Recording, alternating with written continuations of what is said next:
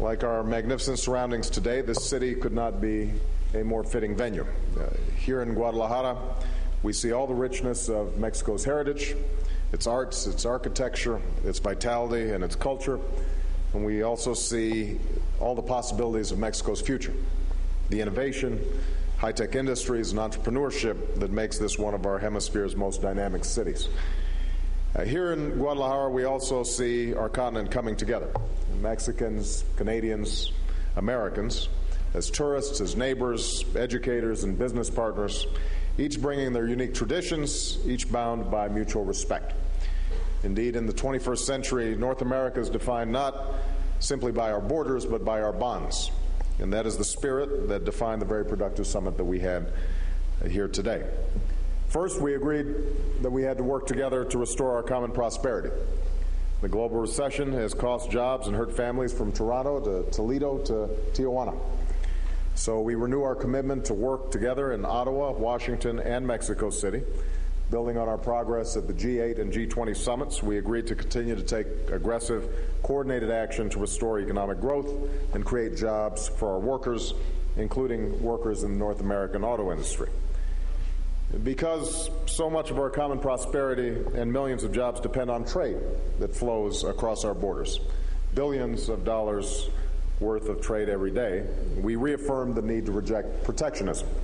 We recommitted ourselves to the infrastructure investments, the common sense regulations, and intellectual property protections upon which trade thrives. We are among each other's largest trading partners.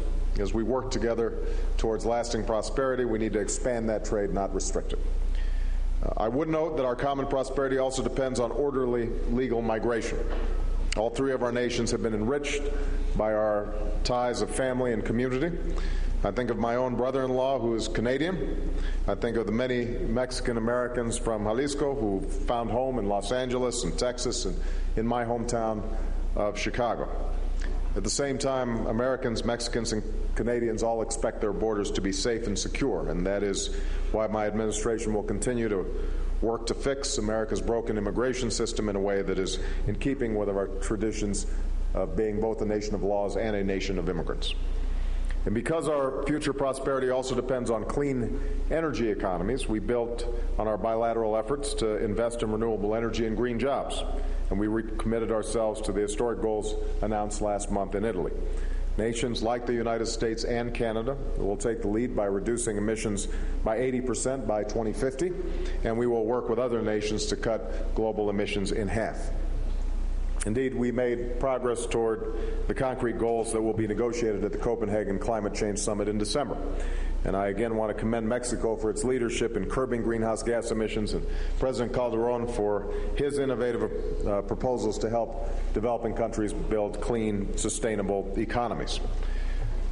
Second, we reiterated our abiding commitment to the common safety and security of our people. In response to the H1N1 pandemic, our three governments have worked closely, collaboratively, and responsibly. With science as our guide, we resolved to continue taking all necessary preparations and precautions to prepare for the upcoming flu season and protect the health of our people. And this challenge transcends borders, and so must our response. We also resolved to continue confronting the urgent threat to our common security from the drug cartels that are causing so much violence and death in our countries. As I've said on many occasions, I heartily commend President Calderon and his government for their determination and courage in taking on these cartels, and the President reaffirmed his government's commitment to transparency, accountability, and human rights as they wage this difficult but necessary fight. The United States will remain a full partner in this effort. We will work to make sure Mexico has the support it needs to dismantle and defeat the cartels, and the United States will also meet its responsibilities by continuing our efforts to reduce the demand for drugs and continuing to strengthen the security of our shared border, not only to protect the American people, but to stem the illegal southbound flow of American guns and cash that helps fuel this extraordinary violence. Third, we reaffirmed our abiding commitment to our common values, including peace, democracy, and human rights. And in particular, we discussed the coup in Honduras, as has been mentioned. Our three nations stand united on this issue. President Zelaya remains the democratically elected president. For the sake of the Honduran people, democratic and constitutional order must be restored. And we will continue to work with others, especially the Organization of American States, to achieve a negotiated and peaceful solution.